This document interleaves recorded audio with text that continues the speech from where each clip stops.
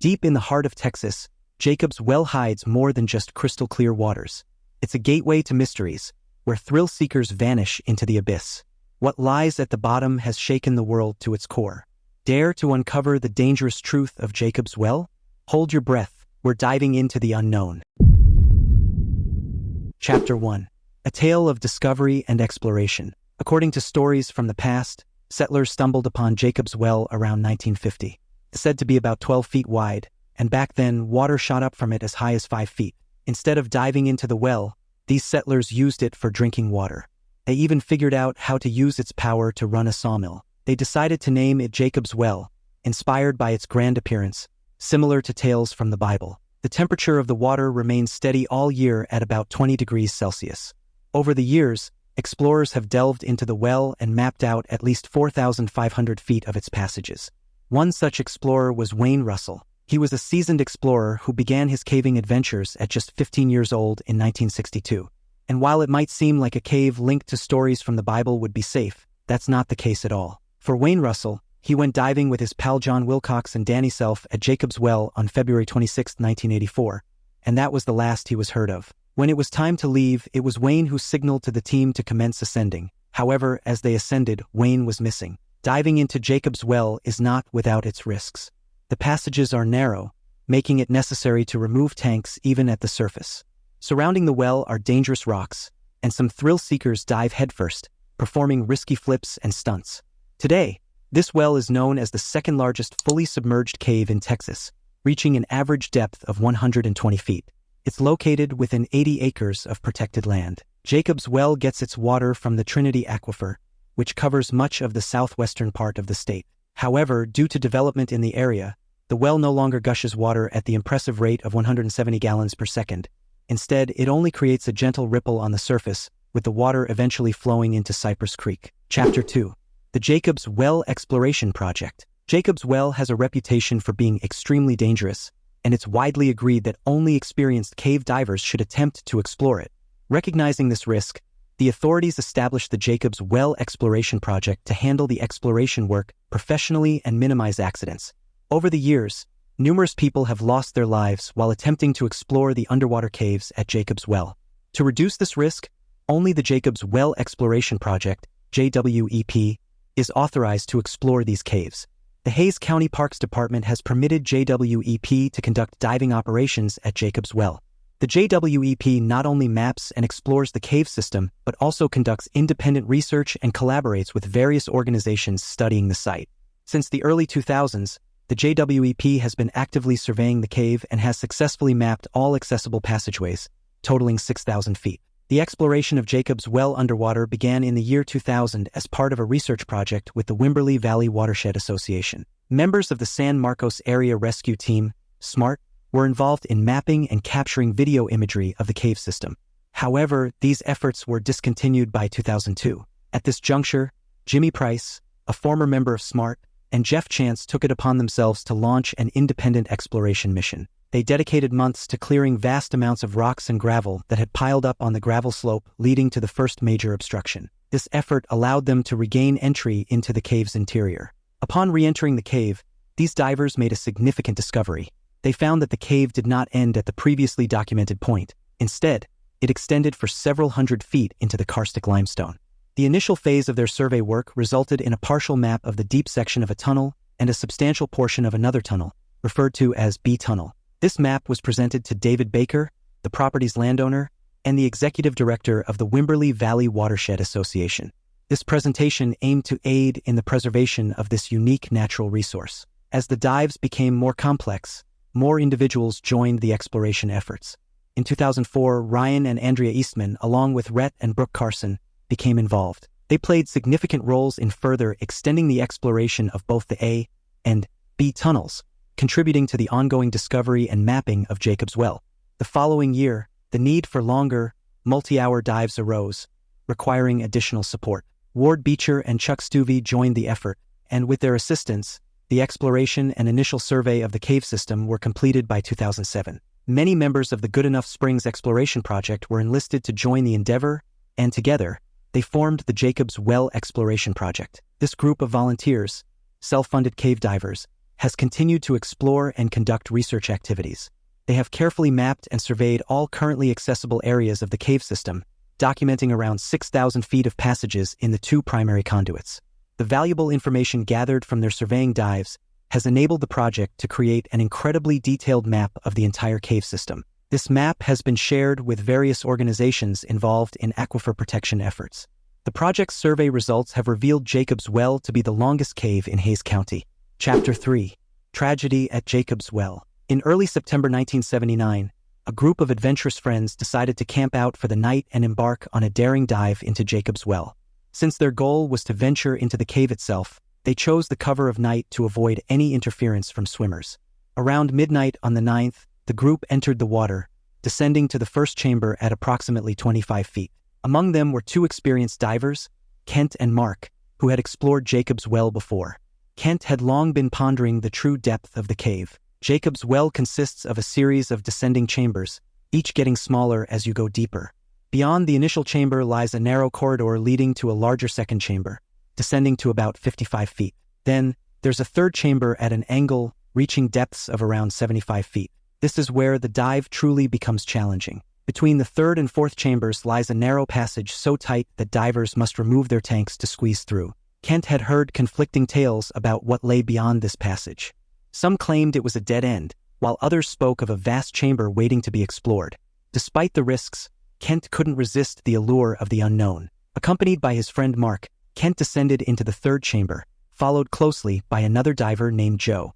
Ahead, Kent and Mark inspected the tight opening to the fourth chamber. To Joe's horror, they began removing their tanks and backing into the darkness without a clear plan or backup lights. Joe, realizing the danger they faced, signaled desperately with his light, but it was too late. Mark's light vanished into the abyss. Joe, left alone in the dim chamber, understood the gravity of their situation. With less air and venturing deeper, Kent and Mark were at risk of running out of air sooner. In a desperate attempt to guide them back, Joe banged on his tanks and dropped his light into the passage. Then he ascended to the surface, consumed by uncertainty about his friend's fate. As he waited on the water's edge, a sudden change in the water's color signaled trouble below. It could only mean one of 2 things: a panic struggle stirring up sediment or a deadly collapse within the cave. The outcome remained uncertain, leaving Joe to struggle with the terrifying possibility of loss. Joe emerged at the surface and informed the other divers of the situation. They quickly contacted local authorities for assistance. Chapter 4. A fascinating saga of flow and danger. In the year 2000, something remarkable happened. Jacob's Well stopped flowing for the first time. Since then, it has ceased its flow on 4 occasions, with the most recent occurrence in July 2022. This stoppage occurs when groundwater levels drop, resulting in reduced water pressure that prevents the spring from bubbling up. Interestingly, this decrease in flow rate has its advantages for divers. With less water rushing into the cave system, it becomes easier for them to enter without having to fight against a strong current. However, despite this seemingly favorable condition, Jacob's Well remains a dangerous cave system to explore. Cave diving usually involves risks, but Jacob's Well presents additional challenges that heighten the danger. Firstly, divers must struggle with the force of the water flow as they navigate through the narrow openings between chambers. These passages often slope downwards, adding to the complexity of the dive. Furthermore, the presence of unstable gravel worsens the risk. This gravel can pile up in the already tight passageways, further restricting movement and increasing the potential for being trapped. One particularly challenging section is known as the birth canal, located around 70 feet deep. Here, divers descend a gravel slope before encountering a narrow opening, sometimes as slim as 15 inches.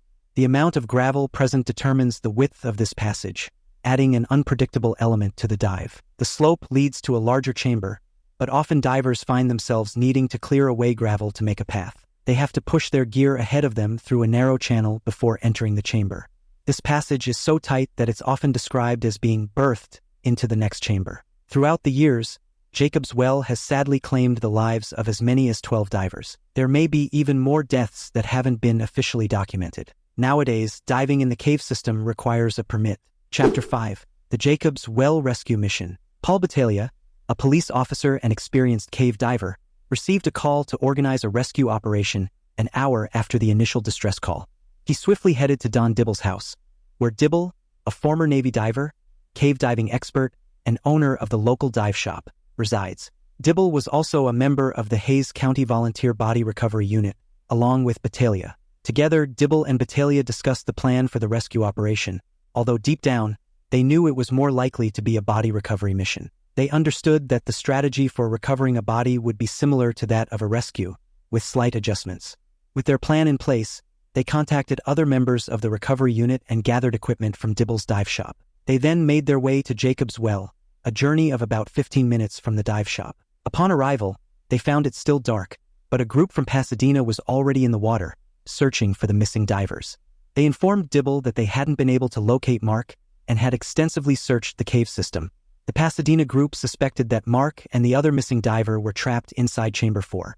This suspicion arose from one diver's observation of equipment buried under a gravel slide in the passage leading to Chamber 4. According to reports, this unnamed diver completed 2 consecutive dives lasting 19 minutes each, spotted the bodies, and then returned home to rest. However, he later developed decompression sickness and required treatment in a recompression chamber. This situation highlights a major challenge in rescue operations. When divers find themselves in trouble, it's often because they're pushing the limits in dangerous environments. This forces rescuers to push those limits even further, adding to the pressure. They're often racing against the clock, leading to rushed decisions. To manage dive times and ensure safety, dive planning tables are used. These tables calculate how long a diver can stay at a certain depth and how long they need to rest between dives. For instance, at a depth of 140 feet, a diver can only stay for 8 minutes before needing decompression stops during their ascent. Afterward, they must wait at least 1.5 hours before diving again for another 8 minutes. Unfortunately, in this case, the diver made 2 consecutive decompression dives without a break in between, in a desperate attempt to save lives. This led to decompression sickness, despite the constant darkness in the cave, regardless of the time of the day. Don's initial instinct was to wait until daylight, based on his experience recovering bodies. He knew that people are often willing to wait until sunrise. Don decided to send 2 divers into the water to assist with the situation. When they resurfaced, they informed Don that the recovery wouldn't be straightforward. They couldn't spot the bodies but suspected they were buried under gravel in the sloping passageway leading to Chamber 4. The idea of digging out the bodies unsettled them, especially since more gravel could easily slide down and bury any rescuers attempting to retrieve them. At 10 a.m., Don sent 2 more divers in. They began removing rocks and gravel at the entrance to Chamber 4, hoping to create a passage to access the next chamber. However, their efforts were in vain, as any rocks they removed were quickly replaced by more gravel. Don decided to enter the cave himself to assess the situation. He and his buddy took a few extra stage tanks, leaving them at 25 feet and 75 feet for their return journey. As Don reached the entrance of the chamber at 140 feet deep, he found the passage narrowing between the roof and the gravel. He attempted to squeeze in slightly to get a better view of the passageway but ended up getting trapped when gravel slid in from behind, much like the 2 divers he was searching for. Despite feeling panicked, Don remained calm and tried to free himself. He attempted to move his hands, but they were stuck tight. As more gravel slid in around him, he started to panic even more. Eventually, with a surge of relief, the gravel released its grip, allowing him to escape the passageway. However, he'd used up so much air in the struggle that his tanks were now empty. In a dazed state, his buddy helped him by jamming his spare regulator into Don's mouth and started to ascend through the chamber. On the other side of the narrow passage, known as the birth canal, lay a spare cylinder Don urgently needed to reach. But the air he accidentally swallowed while struggling caused him trouble in the water. The air got compressed due to pressure. As Don ascended, the air bubble in his stomach expanded. What was a small amount of air at 140 feet deep then expanded dramatically as he rose towards the surface. By the time he reached the surface, the air in his stomach had expanded to 5 times its original volume. This expansion caused his stomach to bloat significantly, giving him the appearance of being pregnant. Don was rushed to a recompression chamber for treatment, but unfortunately, it didn't solve his pain. He was then transferred to another hospital, where an X-ray revealed that his stomach was ruptured and air had filled the cavity. Describing the operation, the doctor compared it to cutting into a basketball, which instantly deflated. To make matters worse, Don's hospital bill left him $8,000 in debt because his insurance had lapsed in the weeks leading up to the accident. However, in the following weeks, the diving community came together to raise funds to help Don cover his medical expenses. Chapter 6. Echoes from the Abyss. At Jacob's Well, recovery efforts had taken a new direction with the involvement of another leader in the diving community, Don Broad. His plan involved filling net bags with gravel and floating them out with lift bags.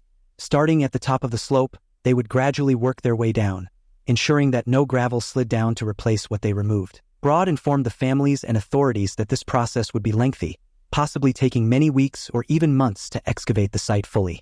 Broad and his team began the excavating, but it wasn't something that could be kept up for long. 12 days passed since the disappearance of the two divers, leading to the suspension of the search efforts. Don successfully recuperated from his burst stomach and rejoined his friends to explore Jacob's well once again. Together, they embarked on a mission to secure the area by installing a sturdy grate, ensuring that no diver could venture beyond the birth canal. Months later, Dibble revisited the site, anticipating the security of his grate. However, to his surprise, he discovered it had been removed. Left in its place was a cryptic note boldly declaring, "You can't keep us out." Now it's time for today's subscriber pick. In the heart of a small, forgotten town, located amidst rolling hills and whispering forests, there lay a mysterious secret known only to a few brave souls.